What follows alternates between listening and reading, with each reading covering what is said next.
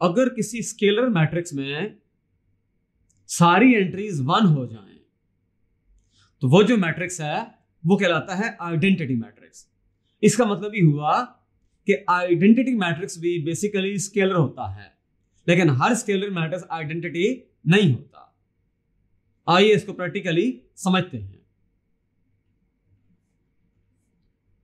यह हमारे पास इसमें एक ही एलिमेंट है 1, तो यह हमारे पास का ऑर्डर है 1 क्रॉस 1।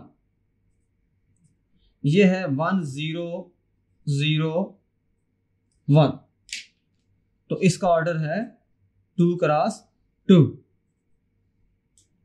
1 0 0 0 1 0 0 0 1, यह है 3 क्रॉस 3।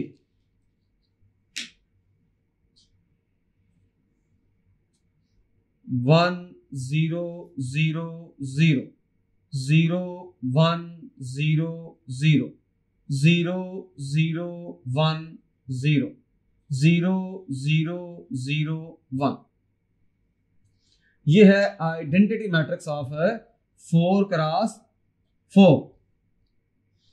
इसमें 4 रोज और 4 कॉलम्स हैं, इसके अंदर 3 रोज और 3 कॉलम्स हैं, 2 रोज और 2 कॉलम्स हैं, 1 रो और 1 कॉलम है।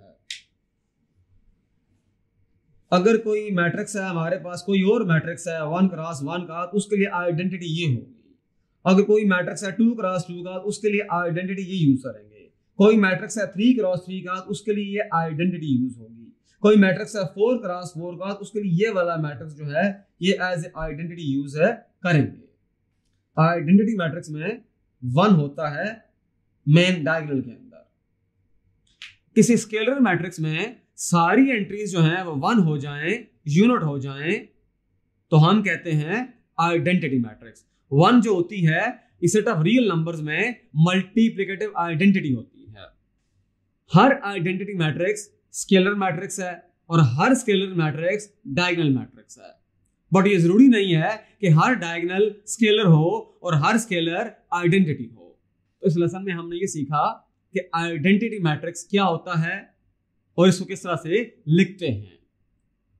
हमने तीनों जो टाइप के मैट्रिसेस डिस्कस किए, डायगोनल, स्केलर, आइडेंटिटी, हमने ये बात नोट की है कि ये सब के सब स्क्वायर मैट्रिक्स हैं।